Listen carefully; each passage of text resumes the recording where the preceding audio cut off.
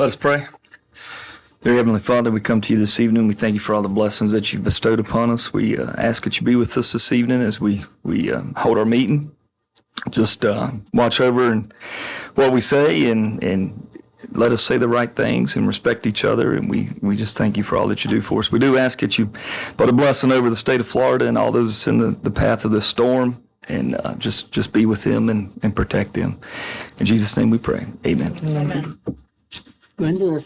Certainly. I pledge allegiance to the flag of the United States of America, and to the republic for which it stands, one nation, under God, indivisible, with liberty and justice for all. When we get to one of these, any mistakes, I'm just going to recommend with this. Yes. I think some more people came in since I said so. If you intend to speak tonight, sign our sign-up sheet. Okay.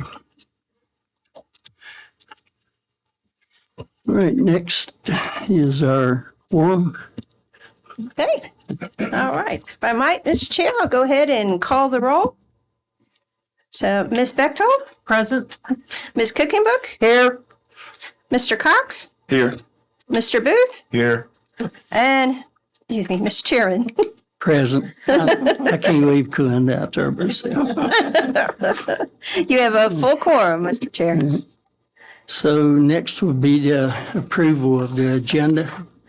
And we had a couple of things that we need to add to the agenda. The staff would recommend that you consider adding to your agenda, sorry. So we would also need to add to the reasons for a closed session, closed for legal advice from legal counsel. And I forget which one that, A8. A8. So we will, if you all would consider adding that, and I think that's it for now. After you guys do closed session, you may want to add something again at that time. Anybody else? I'll make, You want to add anything? no. Okay, go ahead. I'll make a motion to add the A8 legal consult to our closed session. And And approve it with that addition. sure, and make a motion to approve the agenda with that addition. I'll second. Call roll.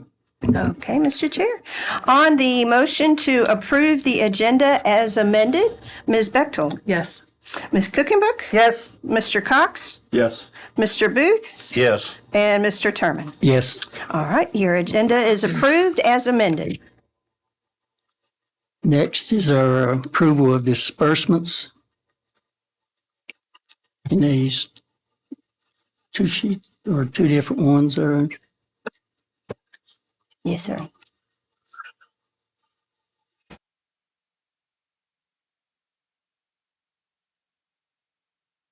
Another question, if I could.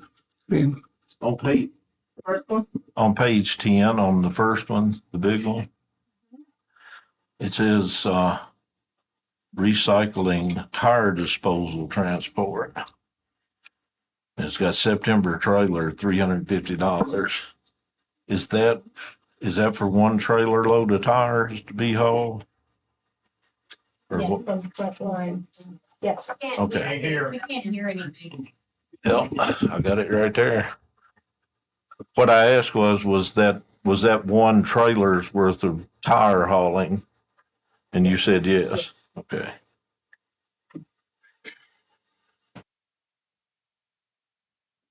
Any other questions? I got one more Okay. it's on page 10 also. Concerns the outhouse toilet leach tank pumping. How often, we just pump it once a month, or does it have to be pumped more often? Once a month, okay. That was all I had. But they can request it more if it needs to be. Necessary, correct. Yeah. Any other questions? On the page 10 for the contract services for the Thompson trucking, I guess one bill was June and one bill was August. Correct. Was the June, they just hadn't submitted it or Correct. something? Okay. They submitted July and then they called and stated that they forgot to do June. So June and August came in the same email. Okay. No discount, huh? Find us, we should. Any other questions?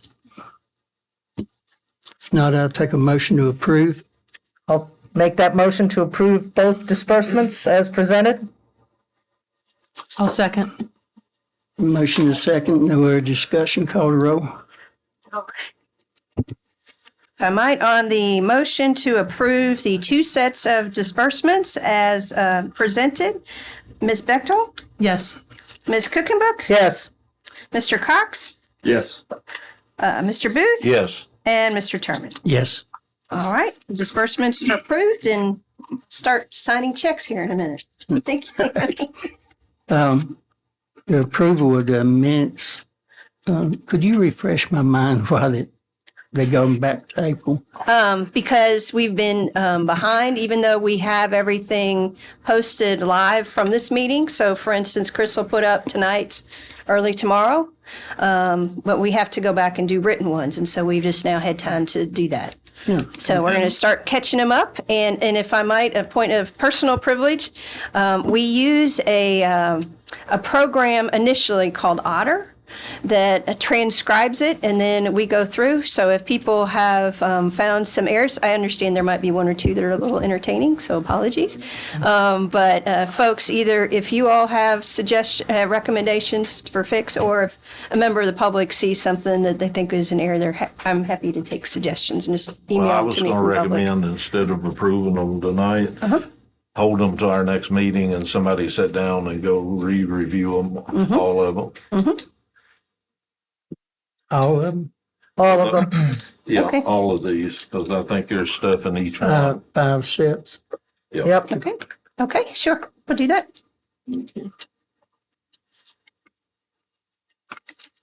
Well, we want them correct. So- Right, yeah. And they, Yeah, I and they understand need that. to I be just- accurate. Yes, and I think if I You might. mentioned April a while ago, I thought that's when you, Oh, okay, I'm sorry. Yes, so it transcribes as it hears. It is a little European, so sometimes it doesn't pick up Southwest Virginia appropriately. I bet you it really has, it probably really has fun with me. I know it does. All right. All righty, so we'll table that to our next meeting. Yep.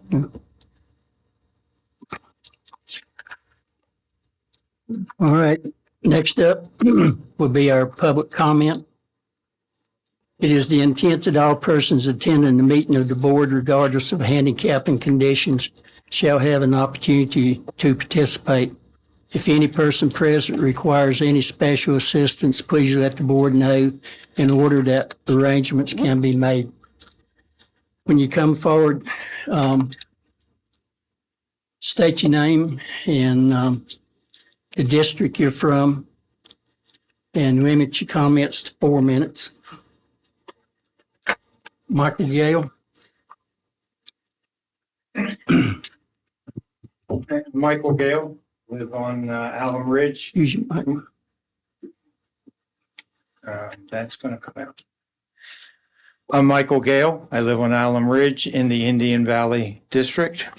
I noted that part of the closed session on the agenda is about economic development. And I want to encourage the Board of Supervisors to have our economic development take seriously the idea of advertising for remote workers to relocate to Floyd County. Unlike manufacturing, which often needs low-paying jobs, or sources of water, both which we are tight on in this county, remote workers, such as IT workers, consultants, advisors, many of them are looking for this type of rural environment to both remote work and also do micro farming, hybrid farming, things like that.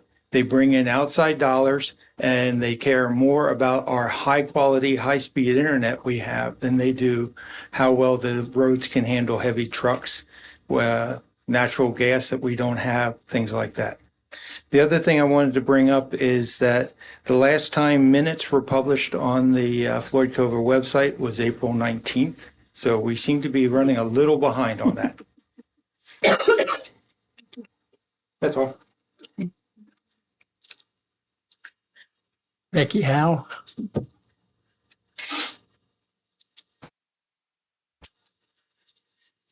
It's a little tight back here.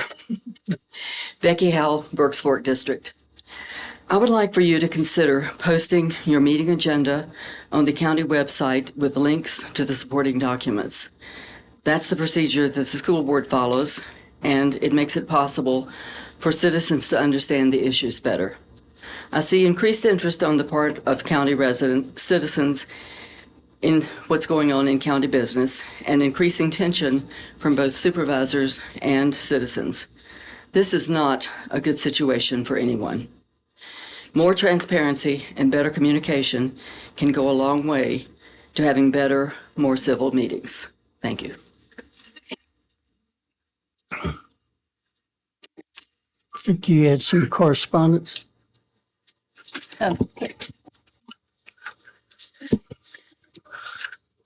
This first one is from Yasmin Sonnenberg.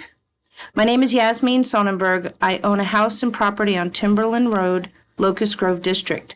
I want to thank you for answering the question I asked in my last letter dated September 9th in the September 13th meeting. However, there seems to be discrepancies between the answers you gave my letter and what was said by Steve at the July 26th meeting. Let's look at the facts. They can all be found on the Board of Supervisors meeting on YouTube. During the last meeting on September 13th, 2022, Mr. Jerry Booth said, I quote, "Because really, there's nothing we can do. We can't block anything without a zoning ordinance, contrary to popular belief. The comprehensive plan does not carry the weight it is. That's why they call it a plan."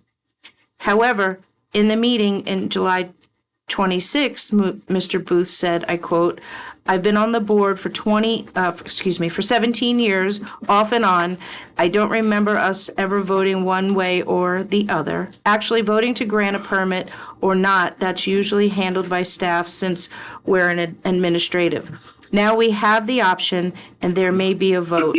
If we go into the festival ordinance and change and do a revision of the ordinance once," end quote. To what Steve responded, I quote, "There is some ambiguous language. It says if the board denies a permit for any reason, the refusal shall be in writing and the reasons for such denial stated therein. So there is some language that you can look to say that, well, it's the board that makes the decision," end quote. Listening to what was said in these meetings, it seems obvious that the board can do something to block Floyd Fest and its subsequent events to move to check. The fact that it has never been done does not mean it cannot be done. The world would be a worse place today if everyone had always said, "I don't remember it ever being done, so let's not do it." The question is, why is the board not willing to do more to deny Floyd Fest the right to move to our community? We are not talking here about some fun local event whose decision to block or not can just be brushed away. We are talking about a major event which would bring 13,000 to 15,000 people and would greatly disrupt the entire community. The negative consequences of that move have been presented many times at board meetings with substantial evidence. One more thing Mr. Booth said at the last meeting, I quote, "I was placed here by the people of my courthouse district, and in 17 years of service, I've kept this in mind. My first goal is to represent those people, that their voices be heard at this time. That's first. Secondly, is the business of the entire community. Entire county," end quote. Isn't it time you do listen to the people from the community that would be the most impacted negatively by the move to Floyd Fest to Czech? Who else would you listen to? Many people in Czech and Floyd would be impacted. The idea expressed by Mr. Cox, I quote, "I think it would be interesting to see what the public would say if there was an open format. End quote. It is an excellent one. Why don't we do that? This way, we would know exactly what the people think and want. And no, Mr. Chairman, there would be no need for bulletproof glass. We are not a bunch of dangerous, rude, unruly people, just a community that expresses its concern in a polite and respectful way always. Thank you for your time, and she requested I read this during the meeting. The second letter / email is from Emily Dickinson. The subject is A Mother's Love of Floyd Fest. Floyd County Board of Supervisors. From a mother's perspective, I would like to offer some insight into my experience at Floyd Fest.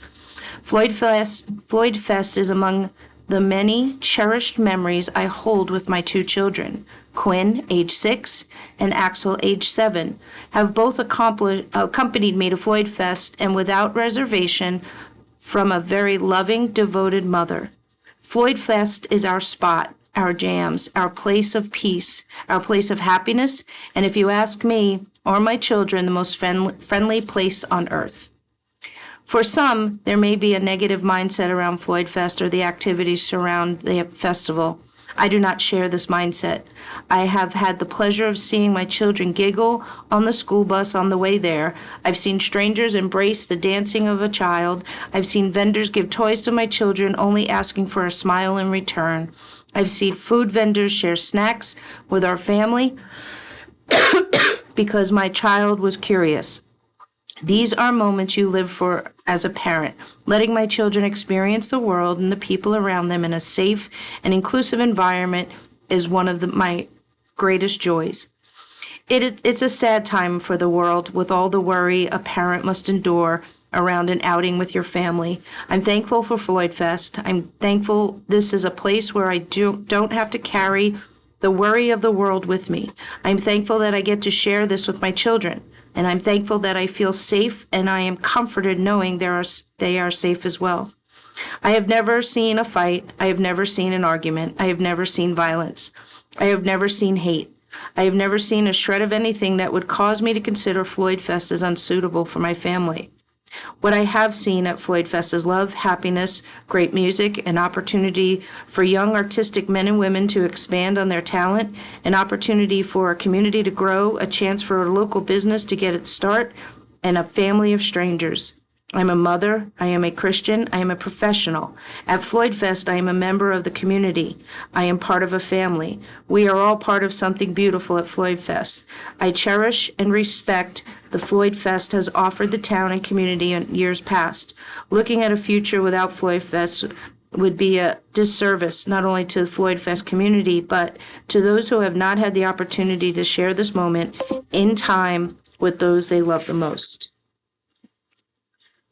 And lastly, this is from Dev Jarrett. Please share my thoughts with the Floyd County Board of Supervisors. Thank you. I am an 81-year-old who grew up in Floyd. One of the joys to look forward to each summer is Floyd Fest, a happy celebration in music, food, fun, and community. Each one I have attended, always with my family and friends, have been better than the last.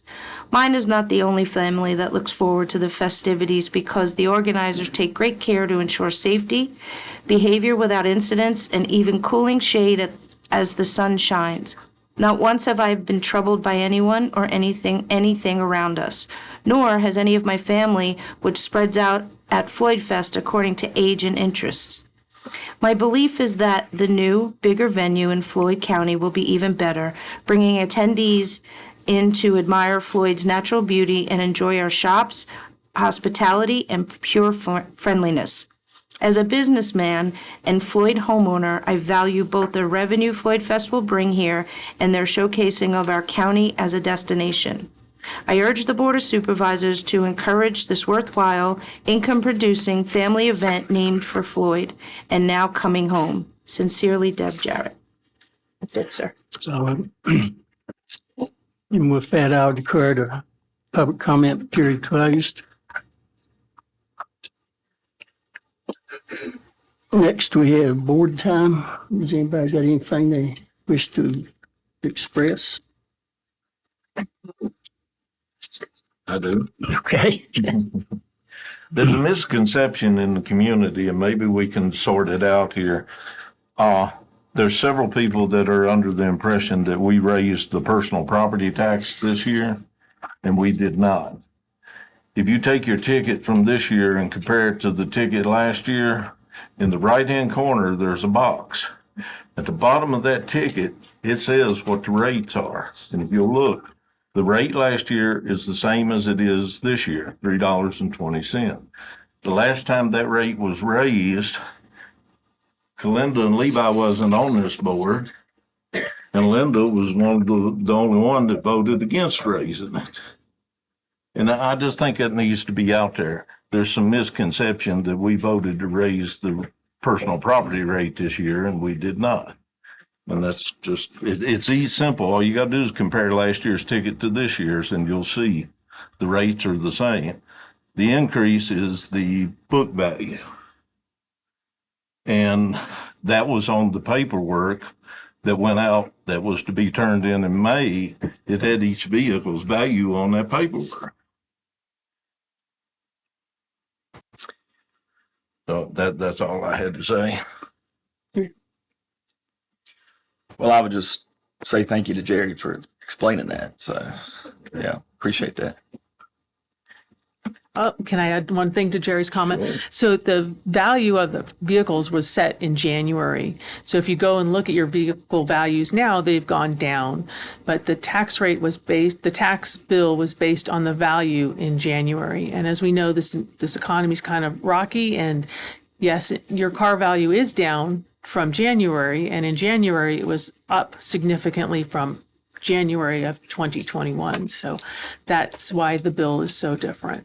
We did not raise the personal property tax rate. Can I add one more thing? Just for public knowledge. Yeah. A lot of people don't realize it. I talked to several disabled people. We have a elderly and disabled ordinance that will give you up to, if you qualify, will give you up to $200 off on your tax bill. Now, you have to contact the Commissioner of Revenue's office, and they have all the details and tell you whether you qualify or not. But for the citizens countywide, you do need to know that. Yeah. Well, it's not too awful long to budget time be rolling around again. Seems like it comes quicker every year. And during that time, we can look. I mean, we haven't. Everybody's saying that we should lower them, but we can't do anything right now. But then we can relook at the levy, look at the values, and work with it then. And, I've had a guy, I guess he said it in jest, that where you make all that money, it ain't affecting you. Well, that $400 a month that I get goes in my gas tank to run back and forth to meetings. I actually pay the county to work for them. And I guess about every one of us do because we go to multiple meetings during the month. And it did hit me, I guess you'd call it sticker shock when you open your tax bill and you see it, even when you sort of expect it, And I've got 2 children. Both of them has got children in school. They got young families. They're trying to build a living for themselves, and hit them hard. I feel sorry for them, I really do, but they understand that, it wasn't us, and, we just have to work through it. It just takes patience and a little bit of understanding on everybody's part that, it's not a done deal, but it's going to have to be taken up at a different time. Can I add one more thing? Go ahead. I'm sorry, I didn't get it all out at one That's the time. third one. I know it's the third one. That's my last one for the night. And the next meeting. Yes. Also, you can contest the valuation of what your vehicles is valued at. I found this out recently. But you have to do it back before May 1 when that paper comes out and it tells you your values. My understanding, if you get 2 certified quotes that say that the vehicle's valued less than what the county has it assessed at, then you take that to the Commissioner's Revenue's office and they make adjustments. But unfortunately, that has to be in before the May 1 deadline. So going forward in the future, if you see if the people see evaluation on their vehicle and they think it's too high, my understanding, like a licensed car dealership, they could give you a quote, 2 quotes. And then you can take it and contest the valuation on the vehicle. I wasn't aware of that until here recently, but It's going to be two different. it's got to be two different estimates. I mean, two different dealerships. Right. Yeah. And I think we need, if we don't have room to, if it's not on there, if we don't have room to put that on the form, maybe that's something we could add to those when they go out in the spring. They could just put it on a slip Put of a paper. and- separate yeah. slip of paper and add to it. Yeah. That way, that's getting the information out. It's there for the people and it's available to them. And I'm gonna shut up. So this is for everybody in attendance here as well as everybody watching on TV. I know I personally see that thing come in, early April, that envelope that has all our values. And how many of us really have looked at it? And, some of us do, some of us don't. This is a good case in point for us to perhaps look at it a little bit differently now. I, like Joe, have kids, and it hit my family hard too. We're all taxpayers in this county. I want to thank Jerry for pointing out. I didn't have a crystal ball in April of 2021, but it did seem like at that time it probably wasn't the best idea to raise our personal property tax from $293 to $320. That was just my personal opinion as a supervisor. And so that's why I voted no. Like I said, I didn't have a crystal ball. I didn't know what was coming in January. But we're here. We've got to pay it. I think I read somewhere on someplace that some people don't wait until December 5th, so it doesn't hit you as hard around the time when you're trying to buy presents and stuff at the holidays. So we're in the same boat. So anyway, I just thought I'd mention all that. If I'm correct, I know when my wife was treasurer, they had a prepay where that if you wanted to pay a little bit along each year before tax time, that's why you don't get slammed so hard. Okay. And then, treasurer's office and commissioner's office will work with you, but you got to make them aware in a respectful way that, Yeah, I appreciate everybody who works in our treasurers and the commissioner of the revenue's office. They're citizens just like us. They're working hard, and they're just doing their best with the policies that are implemented from this table, and we're all working together to help, run this county. And also, they will do payment plans. that's what you mean. They can prepay and Well, even even afterwards, after. they can, Yeah. right. So, Yeah, so one more. One more. But I think we all be in fairly agreement that come, the beginning of next year, we're probably gonna look hard at this upcoming to see what ends up taking place with the future of these vehicle values. And the commissioner and the treasurer did not pay me to say this, but when you go pay that tax bill, they had nothing to do with any of it, so don't give them a hard time. So, but by done? All righty. Next, it'll be a presentation from Mr. McBroom and Mr. Calhoun. But I want to say one thing before we get started. We've listened to the public for about 3 months now. So I've said it, I've gotten in trouble for saying it. When we're sitting up here, we're neutral. We want to hear both sides. We can't make an informed decision without hearing both sides. When we get out in public, our opinions is our opinion. Okay?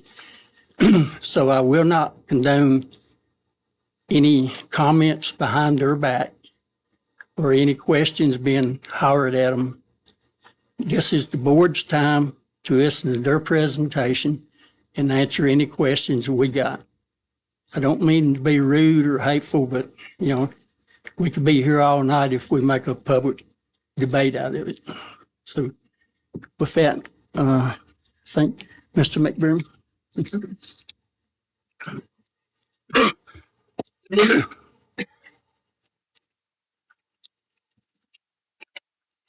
Good evening. I'm John McBroom, and I'm from the Locust Grove District. And I would like to thank the Board of Supervisors and the County of Floyd for the opportunity to talk about an event that is very near and dear to my heart. I've been involved with Floyd Fest since the beginning and worn a whole lot of hats along the way. I came in as a consultant and an investor, and by year 3, I had become part of the festival's production crew. Year 6, I became the production manager, and in 2015, I started to buy into the company. And by 2018, I became and remain 85% owner and chief executive officer of Across the Way Productions, which has the honor of producing Floyd Fest since the beginning. The other owner and founding father of Floyd Fest, Chris Hodges, our chief operating officer, Sam Calhoun, and our chief financial officer, Jessica Taylor, and myself have worked with a vast array of extremely talented and qualified individuals who have, over the years, built a festival that brings a wonderful community of music lovers together every year at an old festival site just off the Blue Ridge Parkway in Patrick County. As our lease was coming to an end and some logistical issues arose, making it difficult to do our beloved Floyd Fest to the standard we had grown accustomed, we started to search for a new home. Serendipitously, we came upon a parcel in Czech, Virginia, and were able to secure approximately 200 acres off of 221. Since closing on the property in mid-May of 2022, we've been active in working with local public safety authorities, the County of Floyd, the Town of Floyd, Omnibuild as our general contractor, land and environmental engineers, traffic engineers, site planners, VDOT, Army Corps of Engineers, Department of Environmental Quality, and a supporting crew to get the necessary legwork, due diligence, and to get all the T's crossed and the I's dotted, so to speak. Let's see, where am I? There we are. We reached out to our neighbors when we moved into the site and invited them to come ask questions and voice concerns and see the new property. And even gave them a ticket for a day at the festival this year if they wanted to come see what we were all about. From the approximate 100 letters that we sent out, my site manager, J.P. O'Connor, and I talked with dozens of neighbors and gave roughly the same number of site tours, discussing the site or the plans for the property, trying to ease concerns and help them see the vision that we have for the property and what our place might be in this county. My family's involvement in Floyd County began in 1974 when my brother Stephen bought a small farm off of Shooting Creek, just north of town. As a kid, I was a frequent visitor and eventually kind of grew up there as a farmhand until I left in my early 20s. Growing up on the horse farm during my formative years taught me many valuable lessons. My work ethic that I pretty much give to my brother in this community. And the stewardship of the land and the sustainability of trying to keep this place what we love. Soon after, my brother Swede moved to the county and ran several businesses, mostly centered around furniture making, building, and entertainment. And in the late 80s, my mother June also set up residence in the county until her death in 1998. While Floyd has always been my home away from home for decades, I finally moved back to the county this year and reside on the new festival site. Before my mother's passing, she established a charitable trust that did good works and gave money to several organizations all around the world for over 20 years. Over 20% of the funds that were distributed to many organizations were distributed to organizations in and around Floyd County, and underrate many of the organizations and services that serve our county. Some of those, a short list would be the Junebug Center, Floyd County Cares, Jacksonville Center, Floyd County Rescue and Sheriff's Department, Young Life for Floyd and Radford, Blue Ridge Institute at Ferrum College, Floyd Social Services, Blue Ridge Center for Chinese Medicine, Virginia Tech Foundation, Floyd County High School, Blue Mountain School, Floyd County Educational Association, Apple Ridge Farms, and Southwest Virginia Land Trust, to name a bunch of them, actually. My family has a long service of history in all the communities that we have resided, and Floyd has been no exception.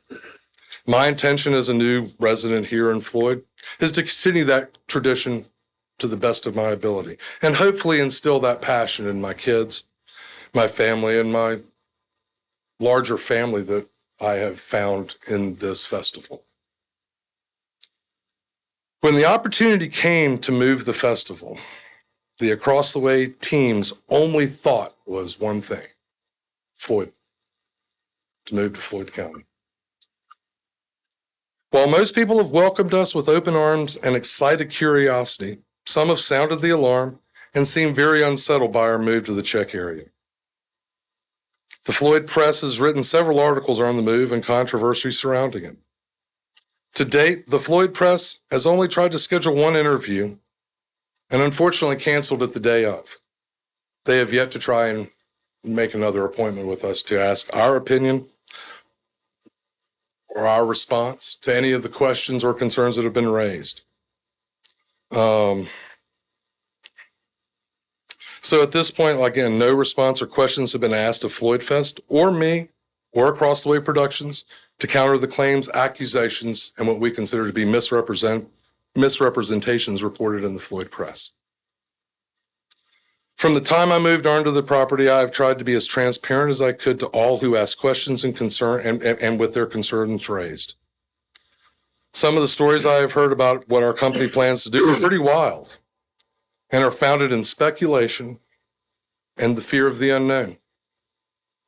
I would love the opportunity to talk with and answer whatever questions and concerns are held by my neighbors, the county residents, or anyone else that has an interest in this venture.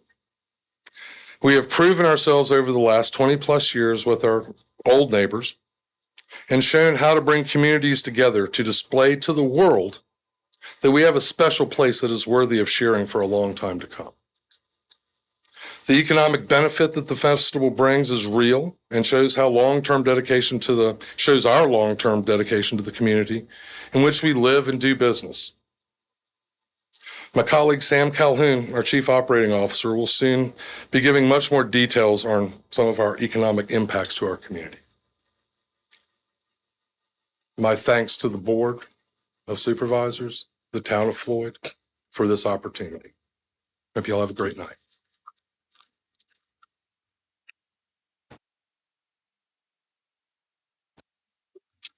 Good evening. Thank you, John. My name is Sam Calhoun. I'm the Chief Operating Officer of Across the Way Productions, and this opportunity is crucial to us. We really appreciate you all inviting us here to speak. Above all, we want to be transparent. We want to be good neighbors, and we want to be an asset to this community and this county. If we could achieve an ideal end game, it would be that for each of you to be able to say that you're proud that Floyd Fest calls Floyd County home. That Across the Way Productions, our company, is a company that supports this community and makes Floyd County a better place to live, work, and play. And we're serious about that. We are here, of course, as I said, to be transparent and to address any community concerns. Right off the bat, we'd like to clarify one bit of misinformation, that the move of Floyd Fest to our new location, this will represent no financial burden to this community. I want to repeat, Floyd Fest will inflict no financial burden on this community.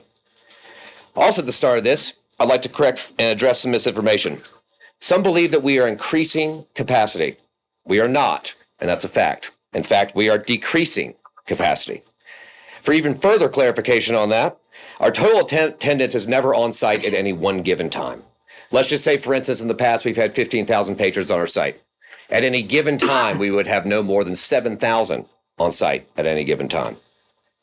For those of you who have not attended Floyd Fest, I also want to point out some accolades that speak to our culture.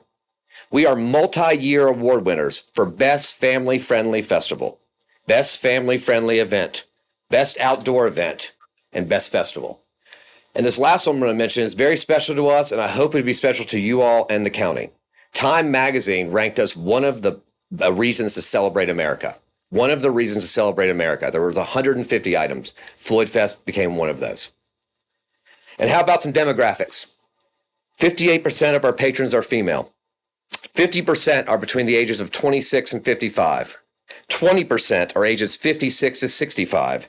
And almost 75% hold graduate or college degrees. We have two very, very important missions right at the top.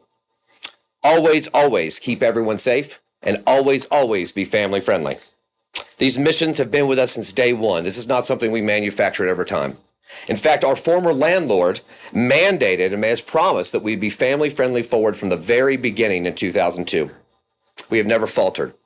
Children grow up at Floyd Fest. Then they end up bringing their children to Floyd Fest. This is who we are. This is part of our brand. In fact, my niece, who had mainly only ever performed in churches in Indian Valley, we invited her to perform this year, catalyzing her to a new career in the arts. And in terms of keeping patrons safe, our track record is to be respected and is respected nationwide. Let's take two examples of that. On-site medical, this year, 2022. Out of 15,000 people on site, our medical team had 34 EMS contacts, of which only 5 required EMS transport. None of those transports were due to alcohol and or drug related. Unified Command. We're very proud of this. We realized this year, a couple years ago, with the help of many, many emergency management coordinators and law enforcement agencies, that they had difficult communicating to handle our event. We brought them together at a table. We introduced them. We set up a comm system, and we had this air of just collaboration that we've never seen before, which is becoming an example for other festivals to follow. Involved in this plan and implementation, which will continue, Virginia Department of Emergency Management, local sheriff's offices, Virginia State Police, National Park Service, VDOT, Virginia ABC, National Weather Service, Virginia State Fire Marshal, regional rescue squads, nurses, doctors, licensed security teams, mental health professionals, and more. And we pay for any and all security. We have no burden on local law enforcement. And ask any of the law enforcement. Our arrest record is astoundingly, I'll say again, astoundingly low. None of our festivals take place without a vetted emergency response plan or an incident action plan. As far as traffic, we're spending incredible amounts of money on traffic planning and have been troubleshooting various plans with VDOT for almost a year. This has never been an afterthought, and we've always understood this is paramount to being a good neighbor. In fact, we have enlisted the services of an award-winning traffic engineering firm, nationally recognized for their expertise. So to be further transparent and to address any community concerns, let me first start out with some environmental due diligence and clarifying some of the information. We performed an American Society for Testing Materials Standard Compliant Phase 1 environmental site assessment. The result? Zero recognized environmental concerns were identified in connection with the new piece of property. We contracted with Blue Ridge Ecological Services to complete an on-site streams assessment, wetlands delineation, and associated jurisdictional wetlands determination. This joint permit application was submitted to the U.S. Army Corps of Engineers, the Virginia Department of Environmental Quality, and Virginia Marine Resources Commission. We engaged the services and are engaging the services of Lumsden Associates. We prepare construction plans with them for grading, erosion and sediment control, and stormwater management. We communicated with the Virginia Department of Forestry and acquired their Forest Stewardship Program application in support of the potential development of a stewardship plan to meet subject property development objectives while maintaining on-site scenic forests. To address some other misinformation circulating, we truck in a lion's share of our own water for the festival in order not to rely on local or on-site wells. For sanitation services, we utilize Tidy Services, who collect all gray and black water from our site to be disposed of properly. With sustainability as a core focus since day one, we annually reach a 75% landfill diversion rate. This is done by our incredible green team, which has also been done with us since day one. By offering free drinking water to all patrons, we annually eliminate 54,000 single-use bottles. And by using stainless steel pints, which are now synonymous with our brand, we offset the disposal of 58,000 single-use plastic cups. There are also many years we donate 1,000 plus pounds of used camping gear to the homeless. And of note, to end this section, we're also going to continue to hay this property. Let's move on to community support. In 2022, Floyd Fest donated 2,700 pounds to Plenty Food Bank. That represents feeding 170 families in Floyd County for 1 week. Our nonprofit arm, Blue Cow Arts, annually donates thousands of dollars to local causes, nonprofits, and local needy families.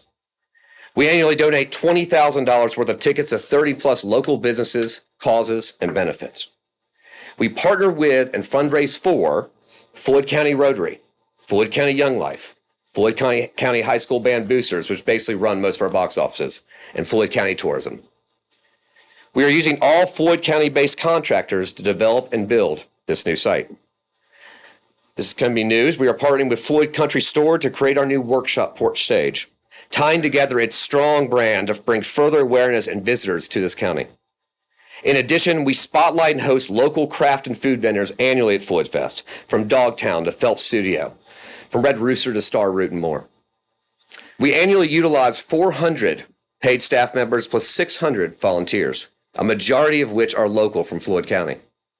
We also offer free marketing and links to every single bit of Floyd County lodging, Airbnbs, etc. on our website.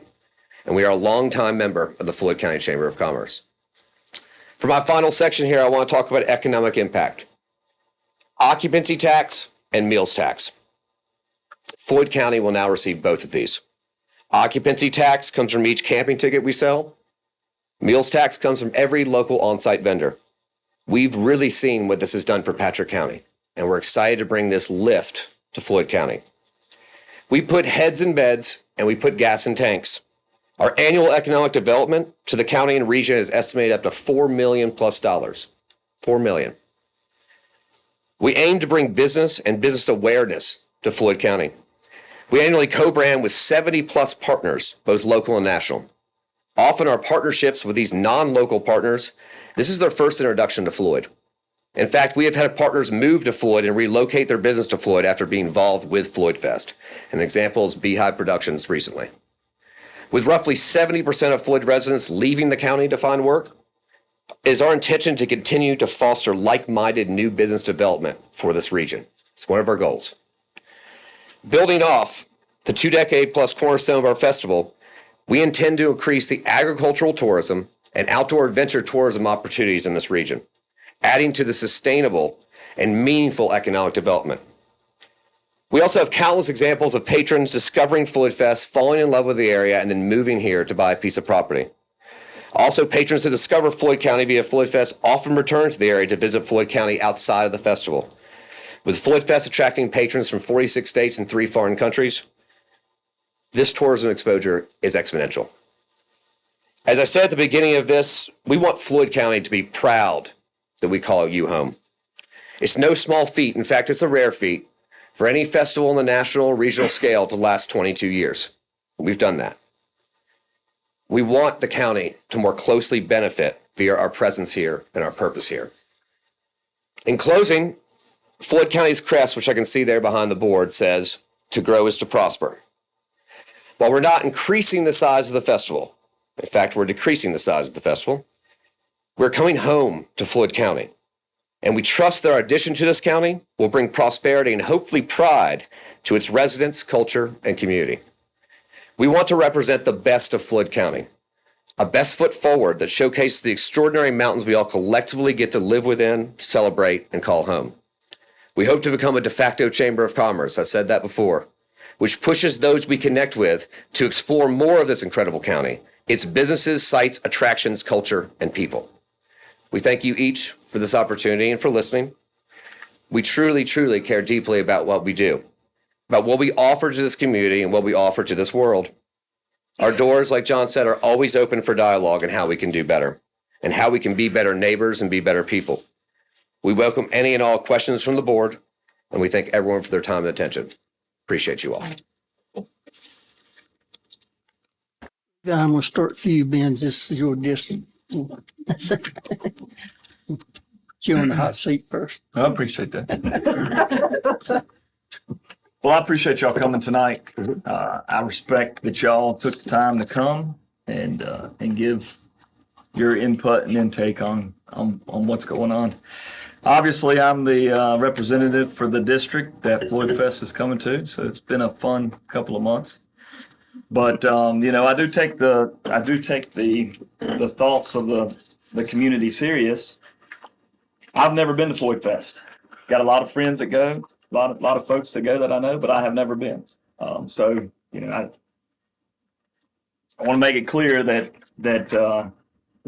I'm not buddy with Floyd Fest as I speak to these. Like I think some people may allude that board members are, but I've never been to Floyd Fest.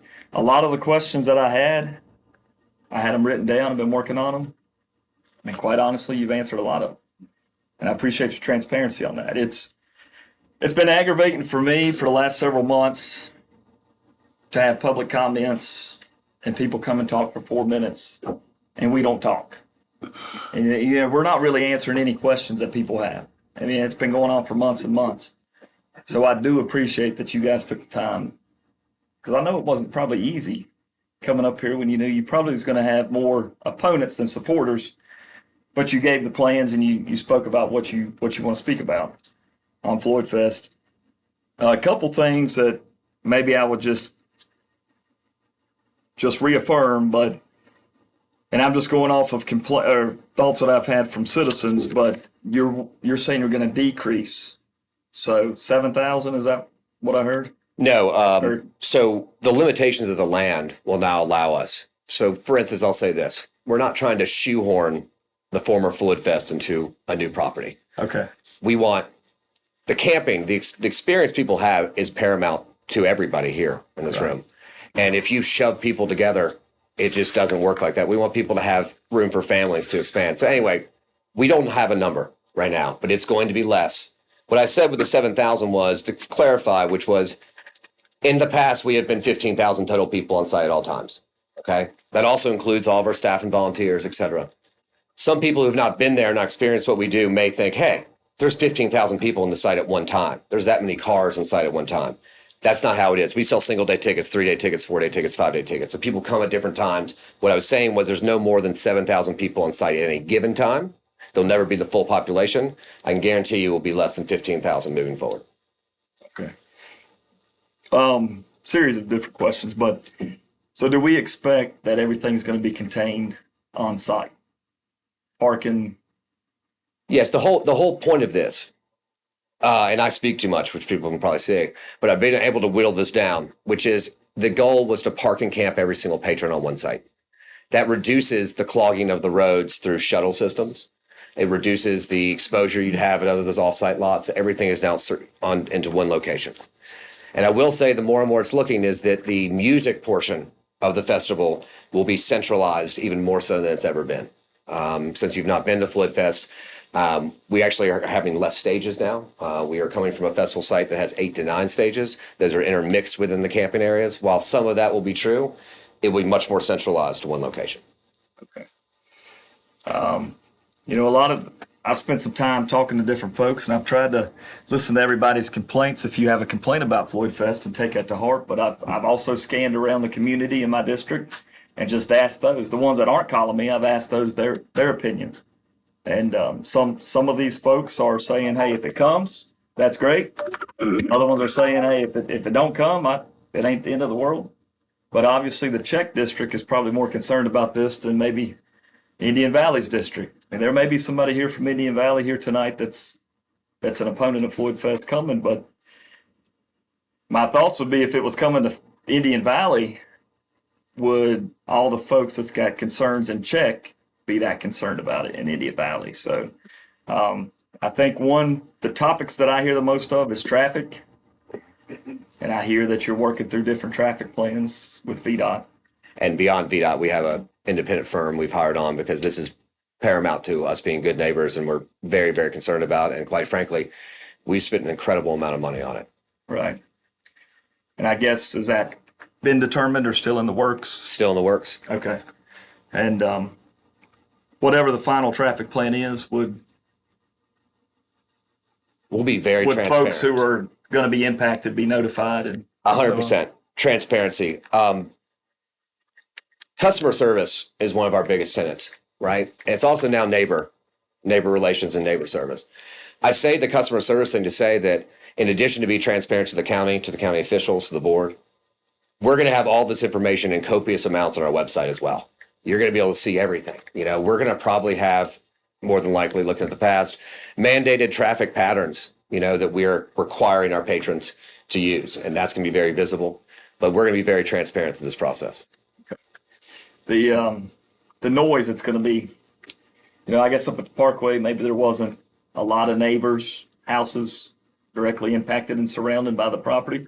There were a considerable amount, I will say. There was. Okay. Yeah. I never attended, so I didn't know. But the new site, in terms of our adjacent neighbors, you know, what, for those who have never attended, what can they expect on a day or night basis, possibly with the noise? I am not a sound engineer, but I'll tell you something when you attend Floyd Fest that you'll get to see, which is when I walk away from our main stage and I go towards our secondary stage, I can't hear that main stage in a certain padded area, if you will, right? It's incredible what we can manipulate, how we can manipulate sound these days. It's incredible. Now, that being said, our main stage has never gone past, or not often gone past midnight, and we have no intention of our main stage going past midnight, except it would end prior to midnight. Music after midnight will be centralized to a small group of stages, secondary stages, with, of course, neighboring properties kept in mind. The church that's nearby, Yes, sir. which I attend, they didn't ask me to ask this question, but Sunday morning service, do you feel like it'd be a music overlay from the festival to the church taking place at 11 o'clock on Sunday? I do not. And I tell you this, Gospel Sundays has been a big portion of our programming for many, many years. And we could even see, once again, trying to be good neighbors, bringing gospel acts from our location over there to also entertain their patrons. And then I'll let y'all ask some questions too. I mean, You're doing a good job. you knocked down a lot of them, just expected attendance, security, traffic plans. I know in the past, maybe y'all had done an economic study impact, where you have data supporting that over the last 20 years of Patrick County. And I think maybe when y'all initially sent letters out to the neighbors, that was discussed. Is that, you know, we can say the 3 or 4 million. Is that like documents folks can see, or is that like, where's the numbers coming from? It's a very interesting question you have there. Those numbers, Virginia Tech and a project came up with those numbers. We had those vetted. Right now, we're looking at doing another economic impact study specifically for Floyd County to take place in 2023 if we're able to move forward. Okay. So that the Virginia Tech study is like not really like a public thing. It's just It is not public because of the student mechanism of it. But Okay. we are going to, I'm telling you what, that we will show that is probably a conservative study in comparison to what we bring to this area. And then just hitting back on the meals tax and occupancy tax. Yes, sir. Do we have like a figure associated? I don't with want to what Patrick County? I don't want to misspeak, but it's no less than $10,000 or more Okay. a year. Now, I will just clarify everyone for that. We have tent tags. People are familiar with our festival. We have G8 tent tags, Premium Woodsy tent tags. It's a ticket for your tent. That is not a money grab by us. That is directly related to occupancy tax. Each tent structure put up by a patron is considered, a dwelling that we pay taxes on. So we will continue that and support the county as well. And then my last point, just sort of touch base back again about trash, litter, your services to remove that and make sure everything stays clean in the neighborhood. If you could ask any of our patrons what one of the most amazing things they see at our festival, and I'm not just patting ourselves on the back, it's an incredibly clean festival. Other festivals travel to our festival to see it for their own eyes and can't believe it. A 75% is a conservative effort or conservative number for landfill diversion. Our green team works out of these massive dumpsters, combs the field every single night, and they go and they make sure everything's separated so we can do proper recycling. Dirty, trash has never been mentioned in the same sentence as Floyd Fest. I'm very proud. I can't take all the credit for that. None of us can here. Our green team's incredible. They've been with us since day one. That is not even related to Floyd Fest, is the trash. I can guarantee you that If you come to Floyd Fest for the first time, you'll be amazed. Even with me telling you this right now, you'll be amazed. And I can hang my hat on that for certain. And if we have concerned citizens that maybe have not got to reach out to y'all or still have questions, y'all were open to chat. 100% we're open. And in fact, we have like 3 or 4 email addresses that are plastered across floydfest.com. They all come to us. We don't have some shadow people doing this stuff. It's all us. We care deeply about what we do. It's the CEO, it's the CFO, it's the COO, it's the CCO responding to every single message that comes out there. We want to be open. We want to be transparent. Please come express your concerns to us, and we'll have, mature dialogue. Well, I appreciate y'all's transparency in attending the meeting. Hopefully this is solve some thoughts of folks, and I'm sure if they have other questions, we can contact you. So Yeah, we welcome that. Thank you for attending. Thank you. Is there anything else, board? I'd like to thank both of you for coming. As an outsider from Floyd County, and you need, I don't know how many generations in Floyd County to qualify as a Floyd County resident, if it's even possible. I appreciate what you're all doing. I attended Floyd Fest for one day, and I was amazed at how the job y'all do. And we were there for the weather emergency, and I was absolutely amazed at how organized and calm and well done it was. Being in those situations previously, I couldn't imagine being in a safer place for that kind of emergency. So Thank you. I appreciate your openness and your willingness to take on this endeavor. And I think Floyd County should be really proud of having this. From what I've read, I haven't read anything bad from any, Rolling Stone magazine to the reviews are fabulous. So welcome. Thank you. It means a lot. If you could, as far as, and I'm going to expand on his discussion about the church because I've had several private discussions about that. So it sounds like you're saying that it shouldn't interfere with the morning service.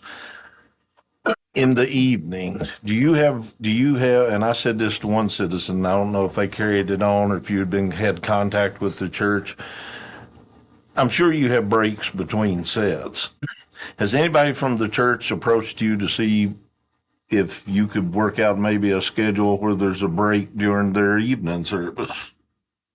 We have not been approached. Okay.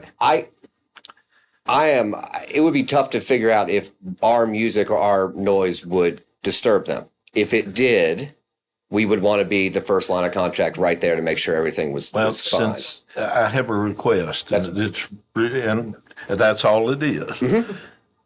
Could you reach out to the elders or one of the elders or the pastor of the church and maybe start the conversation? We'd be happy to. If you could do that, because that's what I've heard. That's one of the things I personally, in conversations and stuff, some had to public comment, but the ones that contacted me personally, that's been one of the concerns is the impact on the church services. I figure you can work something out, a schedule or something, or see if it's going to impact it. It may not impact it at all, but just since they haven't reached out, could you reach out to them? 100%, we will. To go back to your first comment, I will make this note as well about traffic with the church. It's somewhat of a misconception to think that all 5 days of Floyd Fest are this crazy traffic jam. We're very blessed for this. A majority of our patrons want to stay for the entire time. So they stay from Wednesday or Thursday on through that Sunday evening or Monday morning evening. It becomes a trickle, if you will, of traffic around Friday, Saturday, Sunday. And so it's kind of like those people are camped out, they're staying there.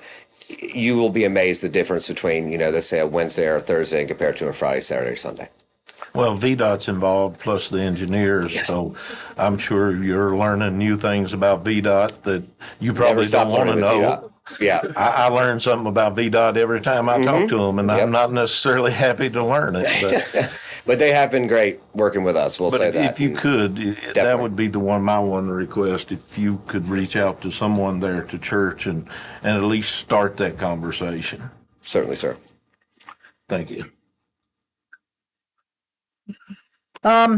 The main things I've heard in my district are traffic again, and you've answered the questions about the VDOT studies, the engineering studies. So again, transparency is going to be paramount in terms of traffic and impact on 221 and adjacent roadways.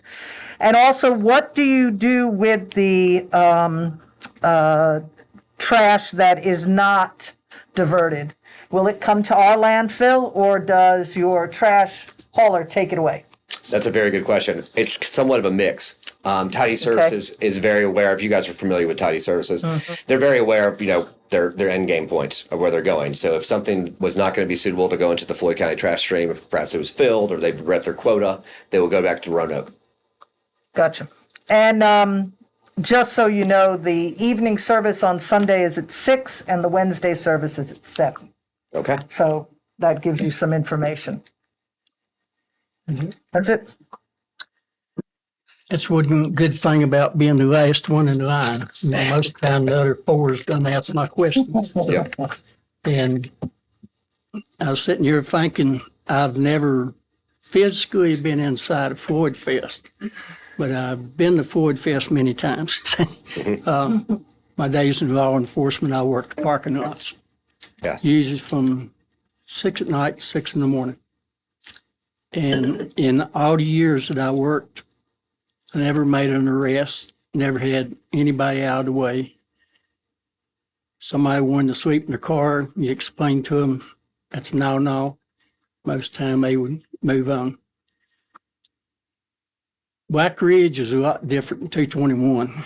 And sometimes, about 6, 7 o'clock in the afternoon, something like that, it would get congested, with buses coming in, shuttle buses, and people coming in for the night, stuff like that. But all in all, it is never a problem for us. I remember the first year y'all had it, they had me assigned to the town, me and 5 troopers. I had 2 domestics and a drunk driver, and they didn't have nothing at Floyd Fest. So, Okay. yeah. Okay. So, it was, we was basically bored, but I guess I'm dating myself with this, but there's a lot of people in my generation, when they hear musical festivals, they think of Stompin' 76. 76. Yes, sir. Or Woodstock or something like that. And I think they're adjusting to the idea now that it's a lot different. It's a different age. And it always fascinated me coming in up there that, you had people from tie-dye shirts to 3-piece suits. You had people from all over the world. I've seen them from Africa, one band from Africa up there, and people from Ireland, different, in England and different places coming in up there. It was a mix. And it always fascinated me how well they integrated. Harmonious. Yeah.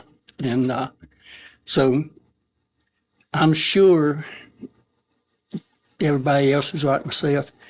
They have to digest stuff. Understood. And when I'm working on the farm, sometimes I'm thinking about what I've heard at meetings, and something will pop in my head. So later on, if the board has additional questions and all, we'll be asking y'all to come back. We'd welcome that. And I really appreciate y'all coming. I really appreciate the respect that was showed to y'all tonight. We do as well. And that's the Floyd County I know. That's the one I grew up in. And I want to keep it that way. Agreed. And sometimes they think I'm a little hard-hearted or bully or something, but, I got to control the meeting, and it don't always go nice. Understood. But, I apologize, when I offend people, but that's just the nature of the beast, I reckon. So, but like I say, we appreciate y'all coming tonight, and I'm sure, me and Jerry both has told members of the ones that's come spoke before, that they should set up a committee of people that would come and sit down with y'all. You know, just people that are not radical or their views or something, but some people that just wants to hear and learn, you know, because dialogues, that's the answer to everything, you know. Get rid of all the misconceptions and, Yeah. you know, like taxes to Floyd Fest. I'd say now more than ever in this world, in this country. Right. So again, thank you. And I think Linda had. Yeah, I just had one more thing, just as he was saying about, Chairman was saying about driving on the tractor, you think about something. One of the things that I am interested in, are you going to expand the role of nonprofits from Floyd now that the possibility exists that you're in Floyd? Will that be something you will work towards? Absolutely. For risk of, offending people in Patrick County, we have had more of a focus on Floyd County nonprofits at our festival for our entire history. That is only going to increase. Okay. I don't want to give away too many details here, but we dream, like I was not lip service when I said de facto chamber of commerce for Floyd County. The Floyd Country Store being the facade of the new workshop porch stage. We see almost like a mini Floyd Village taking shape where we represent every entity in Floyd County has a chance to be represented in that location. That's very, very important to us. And it's also, like I said, and I'll go back to it, it's using our marketing reach to help the local, okay? We have an incredible permeation about our website and our social media.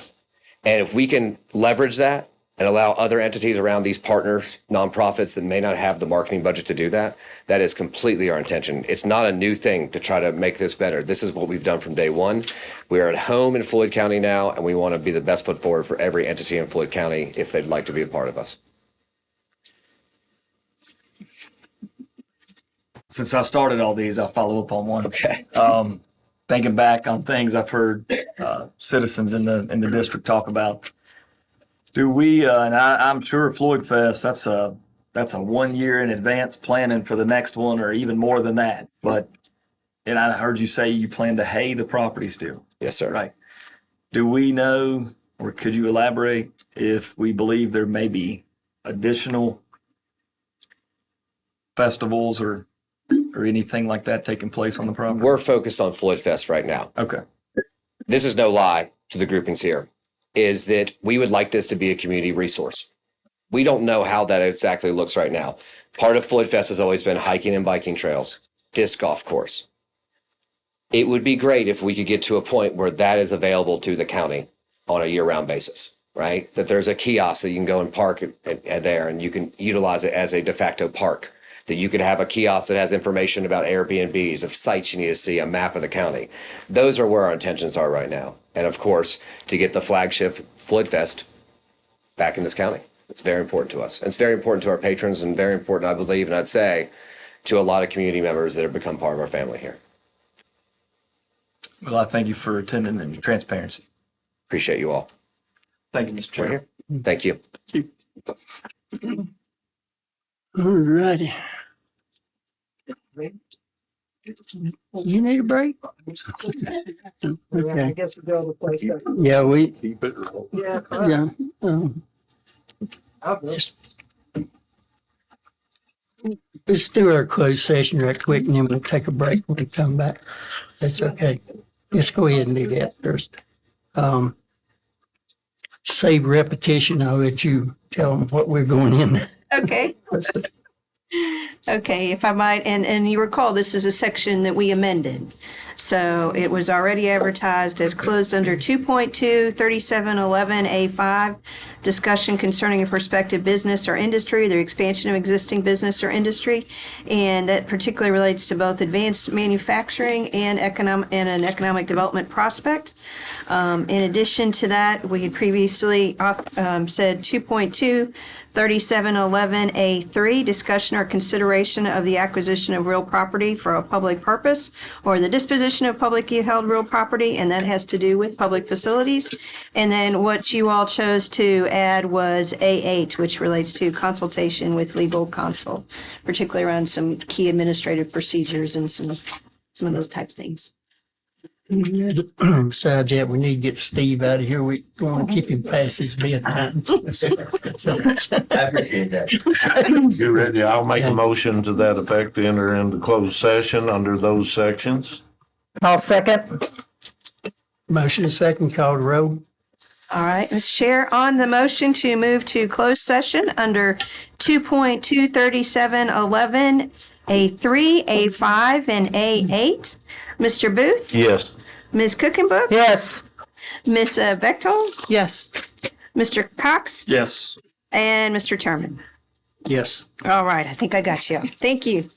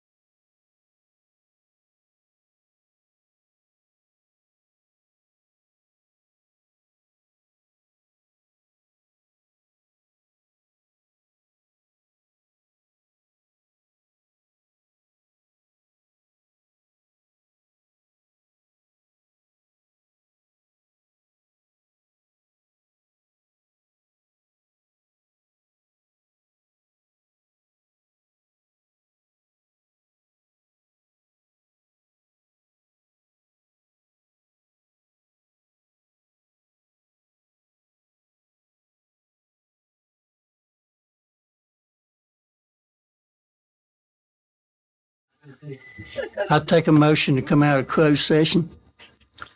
I'll make a motion to come out of closed session. I'll second. Oh, roll.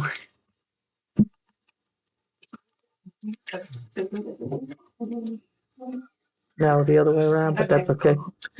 You did it, yeah, so whatever. All right, on the motion to come out of closed session, Ms. Bechtel, Yes. Ms. Cookenbook, Yes. Mr. Cox, Yes. Mr. Booth, Yes. and Mr. Terman. Yes. All I'll right, take a thank you. certification motion that we only discuss those things we went into closed session for. So So- moved. Second. I'm sorry.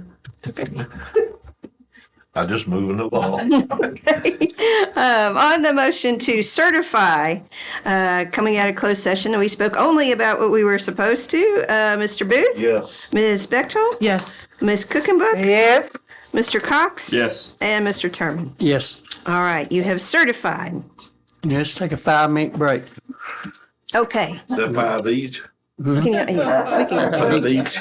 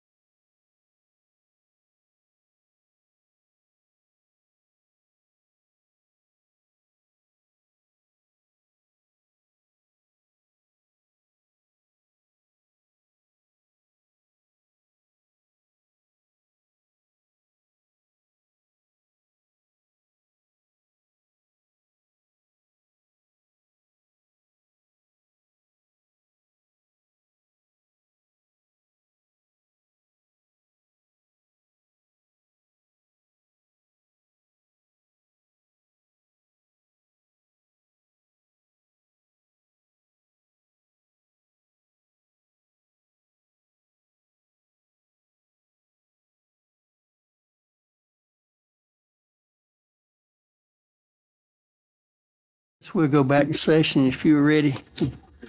Let Dr. Millsap do her thing. Well, and if I might, we probably would, before he left, Steve advised us that we need you to consider a motion to allow us to advertise for a public hearing on October 11th at 9:30 a.m. Related to the Floyd County Festival Ordinance. So moved. Festival and Amusements Ordinance, thank you. And to authorize us to advertise that twice as required in the paper of record. So moved. I'll second. You ready? Motion is second. I'm getting the move along vibe pretty solid here. Want to get out of here, I believe. That's right. And Yeah, my baked potatoes was done a half hour ago. okay. So on the motion to authorize staff to go ahead and advertise 2 times in the paper of record a public hearing on October 11th at 9:30 a.m., which is your regular meeting. A review of the Floyd County Festival and Amusement, thank you. Amusement ordinance. Mr. Booth, Yes. Mr. Cox, Yes. Ms. Cookenbook, Yes. who am I missing? Yeah, thank you, Ms. Bechtold. Sorry Yes. about that. Yeah, and Mr. Turman. Yes. All Actually, right, for clarification, Thank you. it's the amusement and entertainments thank you, ordinance. thank you. Amusement entertainments. And that meeting, as you know, starts at 8:30, but the public hearing portion would start at 9:30. Yes. All right. Well, if I might, Mr. Chair, move on to old business. The first thing is the livestock and animal control update. So I did get a note from the Commonwealth Attorney today that the cows are now officially ours. Congratulations, but he did not include any additional information. So he said you can go ahead and sell them, but I don't know how many or what type or any of those things. So we'll be working on getting that done. Have you got the official letter from the judge? He said it's signed, but I don't have it yet. So this is all still, I would, yes, yes, them 3 little letters, starts with C. yes, You yes. know, the other day I said something about checking with Christiansburg and Spring Lake. I forgot about Hollins. Yeah. Yeah, and Hollins is on Monday.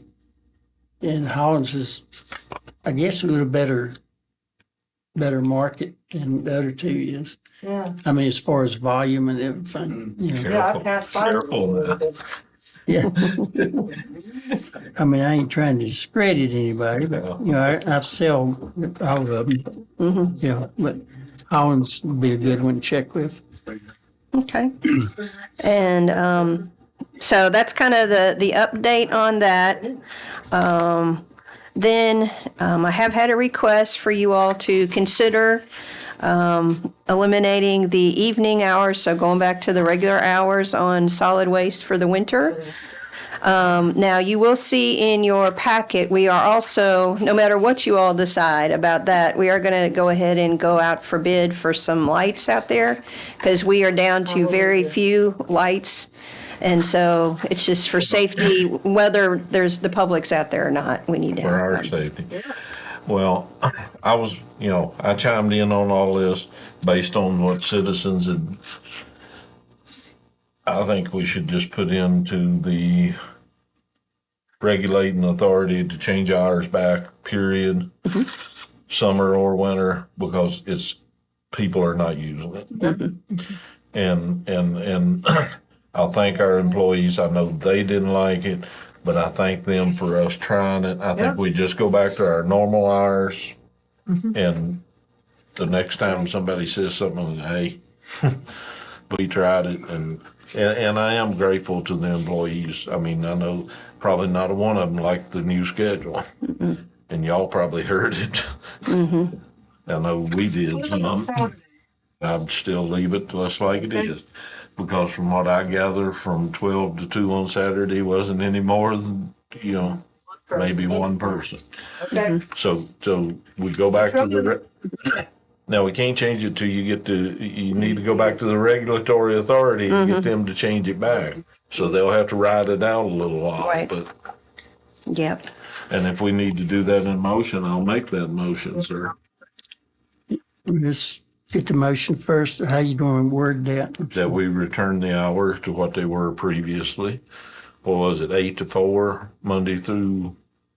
I don't. Yeah, it was previous hours were 8 to 4, Monday through Friday. Saturday was 8 to 12. right. Okay. 8 to 4, Monday through Friday, Saturday, 8 to 12. Double check that, but I believe that's what Okay. the hours were. But I'm saying let's put it back to what it was prior, and we gave it a shot, and the citizens didn't take advantage of it. I'll second that. Turner clocks back. That's right. Motion is second, go ahead and call roll. Okay, on the motion to go back to the original hours for the transfer station, which we think are 8 to 4, Monday through Friday, Saturday 8 to 12, but we will verify Year round. year round. Year round in my notes. Mr. Booth? Sorry. And authorize you to do the proper applications with the regulatory agencies. Okay, thank you. All right, on that motion, Mr. Booth, Yes. Ms. Cookenbook, Yes. Ms. Bechtold, Yes. Mr. Cox, Yes. and Mr. Terman. Yes, All right, and thank you you. may pass some to them, but I think they're doing a fantastic job. I really do. I mean, campfire, or not this much campfire. Buffalo now. Mountain Road, they are staying clean. a lot seen- quicker. It was one day this week. They were in check. Then I went up towards Black Ridge, saw a truck up there, saw one in Willis, all on the same day. They doing good. Yeah. Travel as much as we do. Yeah. Everywhere I went, they was there. They were there. That's great. And as a side note to that, Mark said they asked if I would share these with you, just to kind of harken back to the out-of-county problem. These they took off of various boxes that they found in green boxes, primarily in the chairman's area, I believe. Just happened to be where they were looking. But they wanted you to see what the addresses were. Most of these were purchased from Amazon or Walmart or something. I wanted to see what them address was. Yeah, Jugspur and Hillsville. That's So what I those saw. people could, Relax. No, I yeah. didn't see any Galax yet. Well, I I didn't have. go, well, yeah. I charged some for Galax. Woodlawn, right? Woodlawn? A lot of them very fancy. Oh, there was a fancy gap?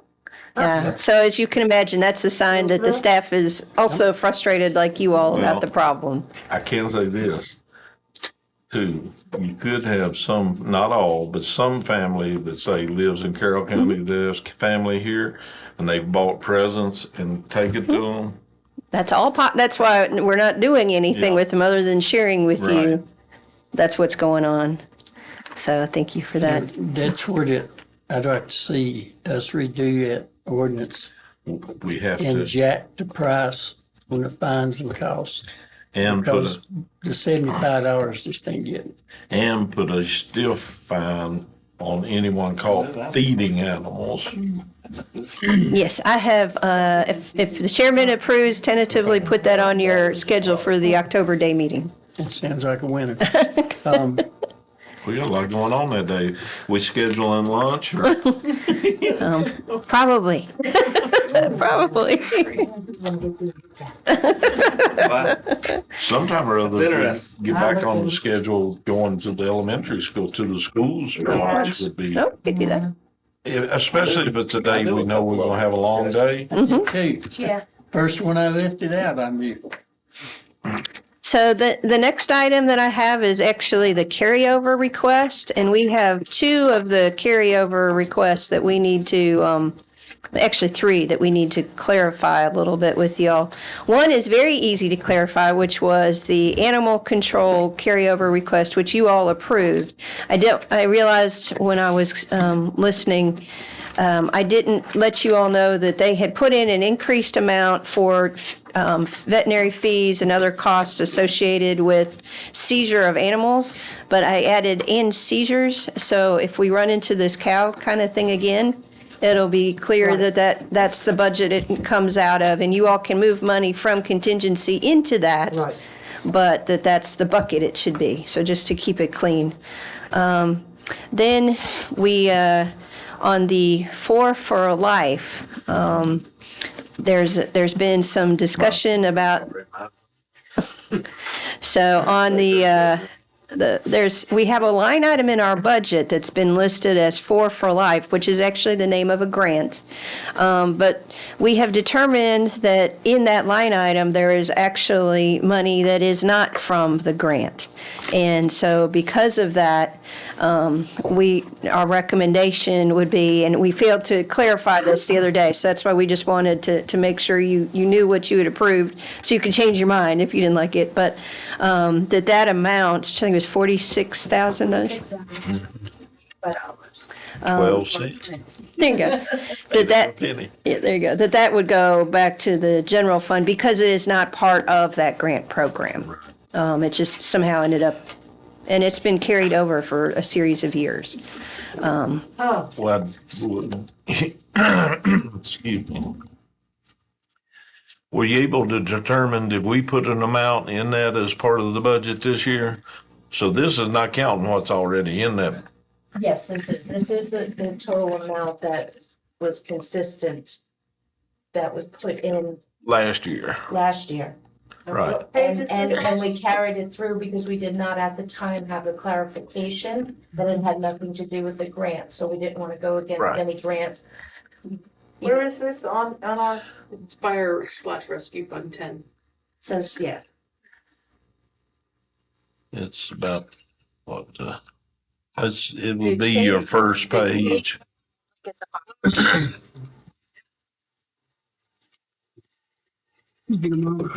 Yeah, There's a box you can look at your convenience. So I probably don't want to. every one of them's out of my green boxes. Yeah, they are, sure. so we're still okay with go ahead and moving that fund amount that has balance. nothing to do with the grant. We've got Correct. verification of what has been grant driven and then coming in once paperwork and fiscal approval. We know exactly what that amount is, and that has nothing to do with us. Right here was the amount that was there as of June 30th. Okay. And I'll start the next one, if that's all right, and then I'll let Kim follow up a little bit. The last item is related to the Board of Elections and those funds. And as you know, there was funds available for an election last spring that did not occur, and so there was a request for carryover of all that funds, and so our recommendation is to not carry over all of that funds, to carry over a portion of it. And then in particular, in the last couple of days, the board has met and they would like to carry forward, in particular, in addition to some other things. Correct. But one of the things they especially wanted to make sure that you all approved was $3,000 for some assistance, essentially assistance to work with Chris on some cybersecurity strategic plan. Okay. And so, yeah, it is, thank you, it is a contract for someone to essentially be someone who is very familiar with election law and IT to be working with Chris, who knows a ton about IT, more than they do, in my opinion, but hasn't spent a lot of his life looking at election law and making sure, taking those 400 pages that the interns put together for us and trying to turn it into a strategic plan and tactics for how to get where we need to be. So that would take a lot of the, I guess, it would help Chris greatly to not have it all the weight on his shoulders. Yeah, so Okay. I think that there's a couple different ways of looking at it.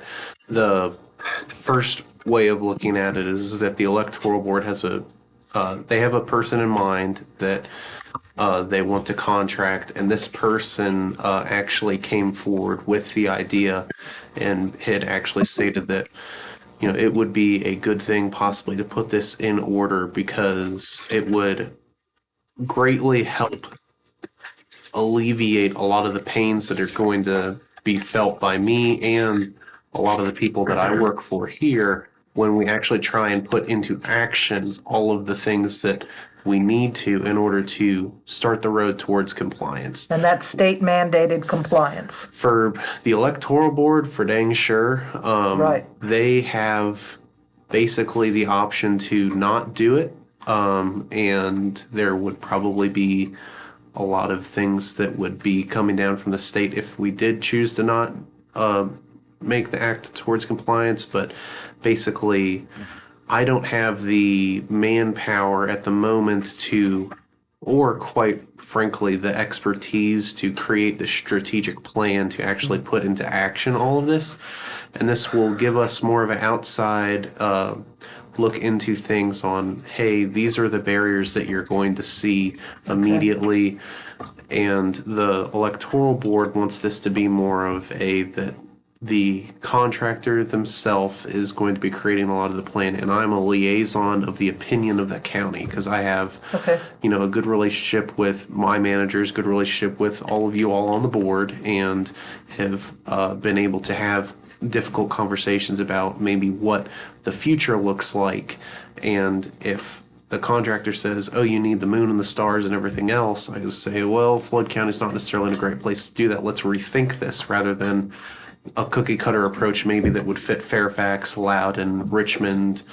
It's We not need a gonna work Floyd here. approach. But we do need to have an expert's opinion on what to do moving forward. And although I'm in a great position to help Floyd move forward, I am definitely more experienced with boots on the ground, actually putting things into action, but not necessarily creating the strategic plan for something I've never really had a lot of insight into. I've never seen an election like how state Right. cybersecurity sees elections. So So are we asking for 3,000 to be put back in out of the 27,944.39? Is that?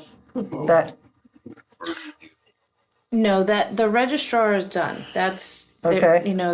what was requested for the registrar is complete. Gotcha. So we're looking more at the electoral board. Oh, I mean the electoral board, yeah, I'm sorry. Instead of doing the 38,000, we're talking about doing 3,000.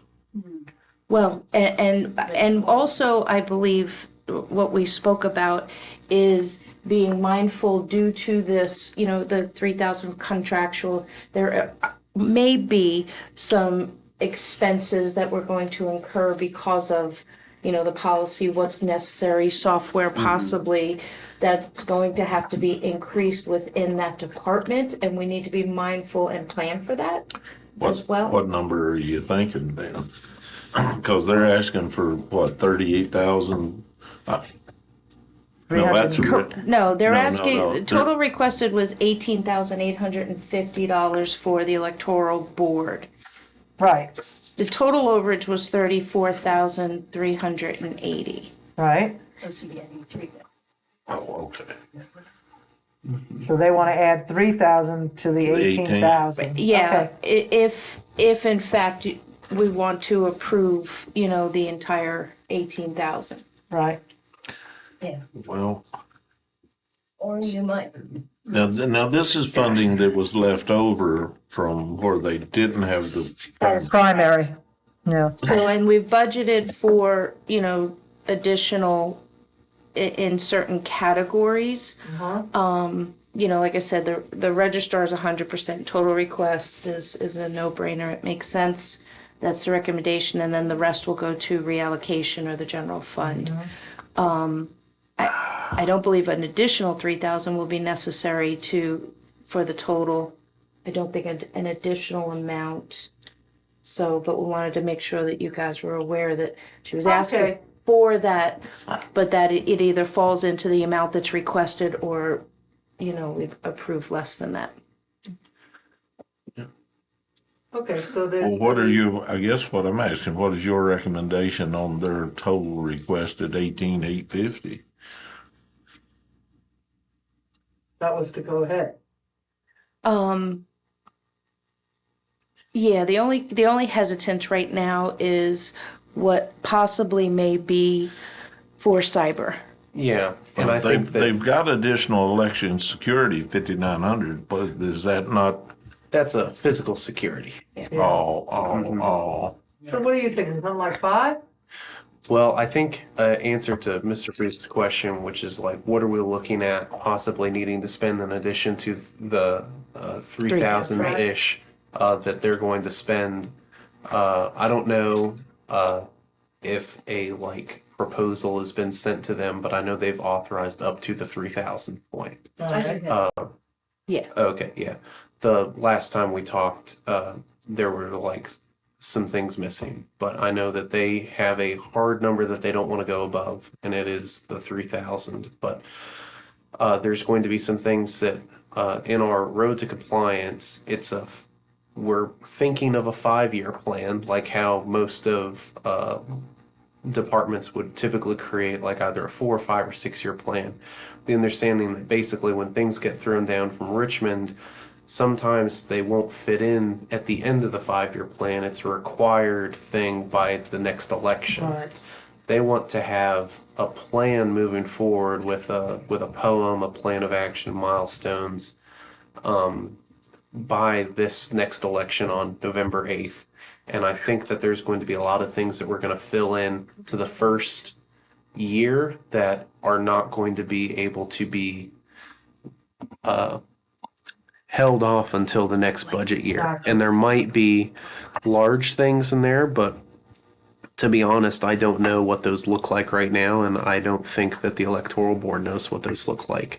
With the nature of how our IT infrastructure is set up right now, when something is required of the registrar of the electoral board, it also becomes required of us. Yeah, right. And that gets a little dicey because we have a lot of people that we would have to license for certain things. As I sit here, I'm not thinking that there's going to be a large amount of expenditures. I think that ultimately we're going to meet a limitation at staffing to actually meet this, and we might need to look at things like that if we need to actually have certain people with certain responsibilities other than me to fill certain things. I know that that's currently an issue that we're running into with our incident response plan is that since I'm a single point of failure, that would not be sufficient to propose to Richmond. We would need someone else on board in order for that to be sufficient. However, that requires more staffing, so that would be a limitation possibly.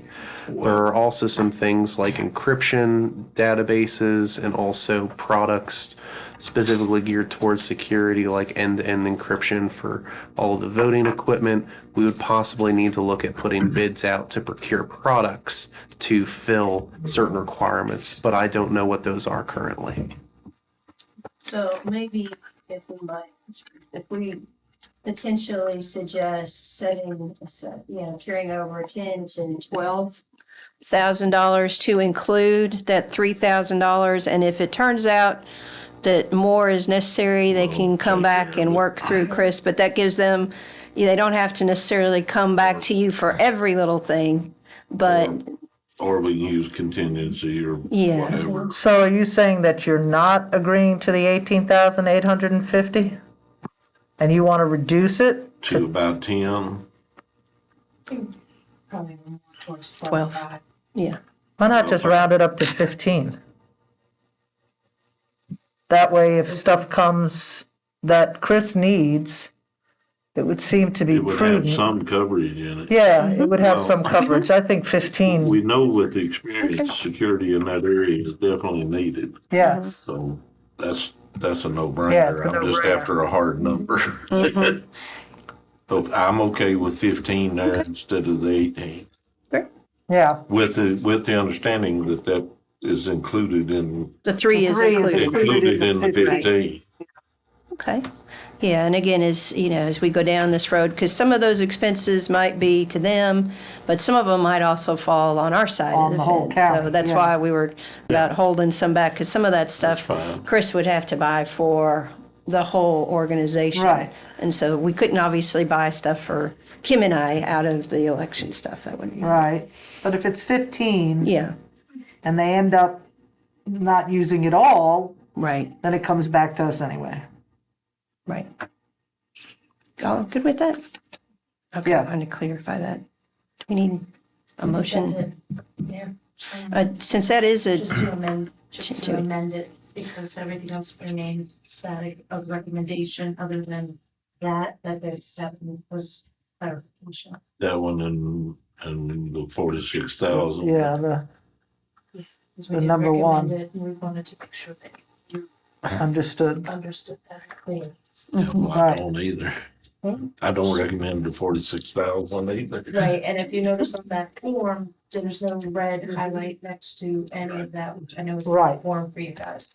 But that was the No. intent, that we didn't recommend. The only question I have, and we don't have to right now, in the current budget we're in, how much money did we put into that line for this year?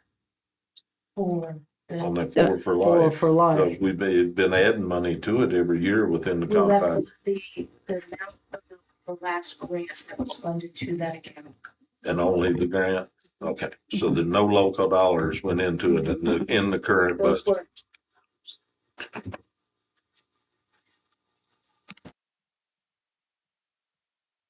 all right. So I think Steve would probably say, since we're amending something like official, we might need a vote. That's what I was getting ready to ask you if that was my action item.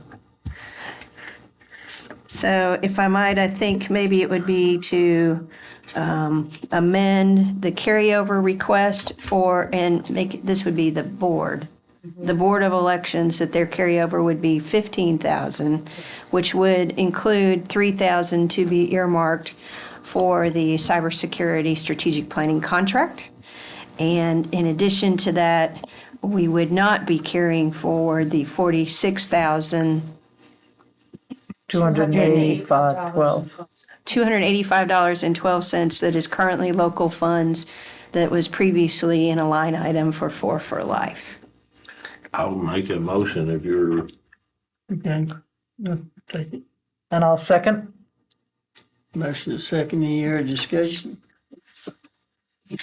All right, Roll. okay, thank you, sir. On the, sorry to interrupt. On the motion, Mr. Booth, yes. Ms. Cookenbook, Yes? Ms. Bechtold, Yes. Mr. Cox, Yes. and Mr. Turman. Yes. All right. Thank you. Thank you. Thank you. Yeah. Now we're down to just a couple of quick things from me. But some of them are kind of exciting. So, EMS update.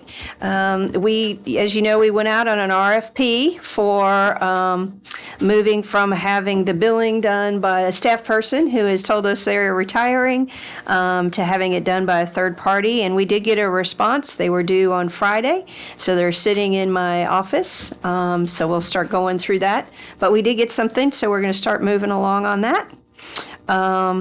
And then also wanted to give you all an update on kind of where we are with the volunteer EMS/rescue.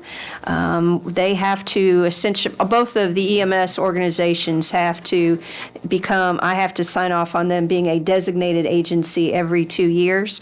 And so I went ahead after some conversations and emails back and forth with the volunteers, went ahead and signed off on them continuing. And as part of that, we've agreed to start getting together quarterly and really hopefully being able to focus on getting everyone's response times down a little bit lower. And we have some thoughts about how we might be able to do that. But since we've not sat down and really gone through them, I don't want to go too much in them in a public meeting, but I'm hopeful. I noticed that there was no medical director signature on it. Has there since been one? Well, I don't know. Daniel has to send it back to me, but I wanted to make sure that that the county administration and on behalf of the board had done what we have to. Absolutely. I So just that's up had to noticed Daniel. that the agency operational medical director signature was not on it when I looked at it, so. Yes, he's supposed to send it on to Dr. Lander. Gotcha. And get it signed and get it back. Thank you for checking that. Thank He'll you. get you a final copy of everything. So we can have it here in our Yes, offices. Good. yes, that would be great. Thank you. Thank you for that hard work. I appreciate it. Yeah, I'm hopeful. I don't know, just as a side note, I don't know if you all are aware how busy our paid folks have been this Oh, week. yeah. At one point, we had 4 calls going, and we had 2 trucks. They were both out, and we got 2 more calls. Yep. So I will say Daniel was one of the ones that picked up one of those calls. So I do appreciate his extra effort for that. Yep. But it was tough, and we did lifelight someone. They landed at the rec park. It wasn't something that happened at the rec park, but Right. the other day was an accident out on 8. Yep. So in addition to that, I wanted to give Kim some kudos. I don't know if you all are aware, this has been like this for some time, and just about did in Cindy, and now just about did in Kim. So in the month of September, we have 4 audits. And so we have just yesterday completed the 4th audit. Yep. So that's this morning. That's right. It was this morning. It feels like it was forever ago. Oh my gosh, it was this morning. It was forever ago. If we go much longer, it will be. That's right. That's right. So it's been a ton of work. So, a clean bill of health? As far as we know. Well, we'll see. find We out. hope so. No, they just come and visit and talk to us about stuff. But yeah, we think it's been candidly a little challenging, and not to beat the dead horse, but our system is. As other folks update, it makes the gap even bigger. So we're Right. converting stuff to text files and all that kind of stuff. And Dinosaur. we've got some folks. Changes come. Yeah, well, yep, and we've got some folks that have been really kind to help Kim out with kind of learning some things. So we really appreciate them. Can I ask a question on this too? You know, we put out for the contracts on our auditors and our engineers. When do we? I don't know. Probably They're need the to. same ones forever. Yeah, I don't know. Not quite. Yeah, but I mean, it seems that way. Yeah, I don't know. It might be good to put an RFP out before next year. For that, Looking at and that. anything else that has been not really looked at, Mm-hmm. I mean, I think that would be something for you to do Sure. when it slows down. That's right. Yeah. Your You dad need time. spare time. Yeah, That's right. yeah. That's right. And Maybe I've when I'm always proofing the said minutes. it. Every time you need fresh eyes. Yeah, exactly. Exactly. Did you hear that? No, I mean, So when I'm proofing the And minutes, that's I'll not do that. implying anything bad. Right. no, right. It's just, it's our due diligence. We're not implying any bad at all. Yeah. It's just the due diligence. Well, you I mean, the It's same out thing with there. our engineers, our, you know, all of it.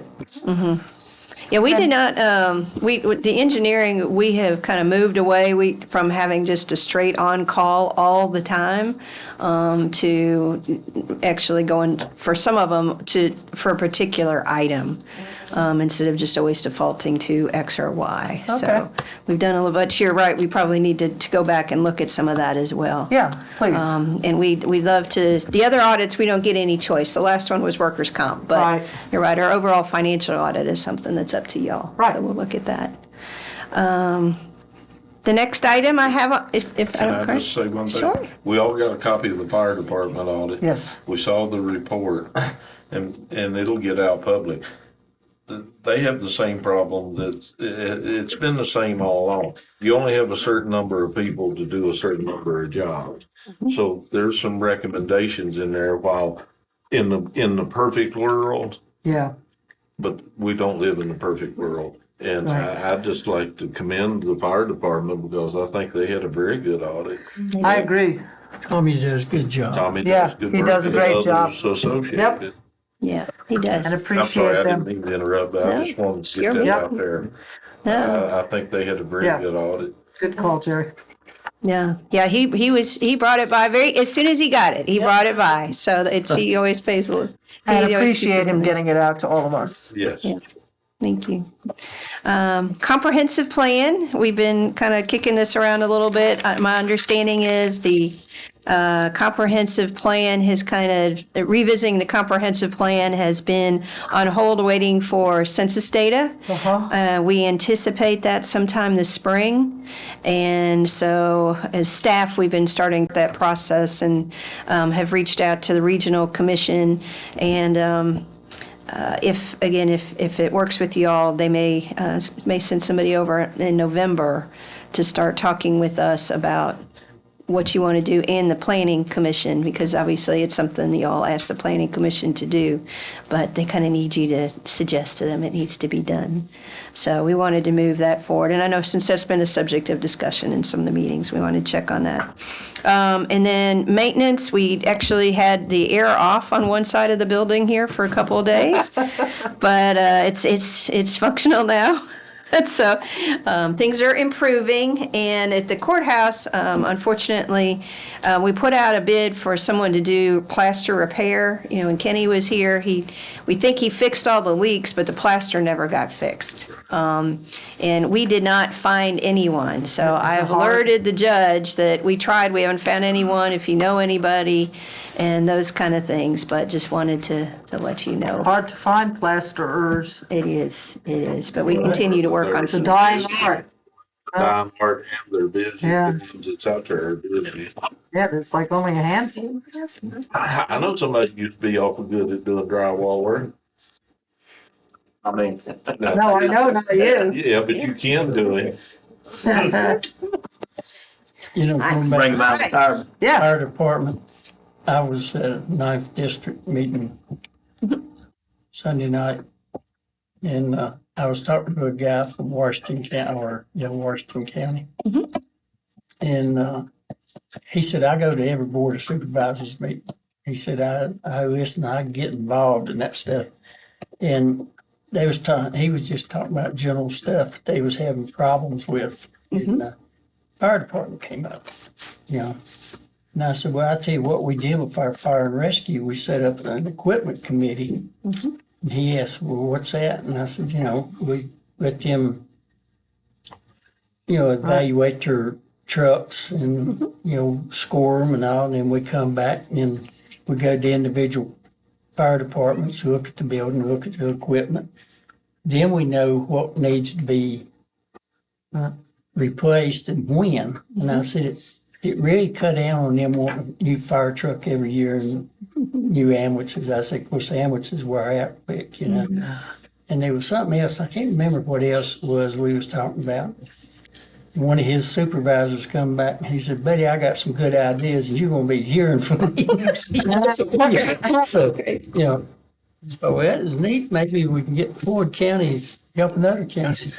yeah, But he thought that was a Yeah, that's super great. great idea to, you know, do stuff like that. excellent. That's really great. And then, Ms. Chair, the only thing that I have remaining real quickly is that tomorrow morning, I'm heading to Raleigh, and Kathleen, our tourism director, is already there. And Andrew's coming, I think, on Thursday. And we actually have, Floyd County has its own booth this year at the International Bluegrass Festival. So fortunately, our booth is inside. The state keeps asking us, do we want to come outside and help staff them? No, I don't know about that. So We're happy right where we're at. that's right. That's right. And then next week, Kim is actually going to go on vacation. Yeah. So It's a well-deserved. it is. Absolutely. It is. What's that? Yeah. Right, that's it. Yes. Whatever it is, it's well-deserved. So I would ask that you try to not ask her too many questions next week, if you would be so kind. And because there's some chance we both might be out a day or two that crossed over and out in the building, then Kevin's your next point of contact, because Mark is currently in Colorado. So, I see everybody going to Colorado. I'm going to have to find out what's going on. well, the Dina went to Montana. So we just want to kind of let you know staff-wise where everybody was. Thank you. Company in Colorado. Oh, that's a good look. You need to adjourn. Yeah, I don't think it'd be Don't a think fight. so. I'll make a motion. A motion. I'll second. All right, on the motion to adjourn, Ms. Kuchenbeck. Yes. Mr. Cox. Yes. Ms. Bechtold. Yes. Mr. Booth. Yes. And Mr. Turman. Yes. All right, thank you all. Sure.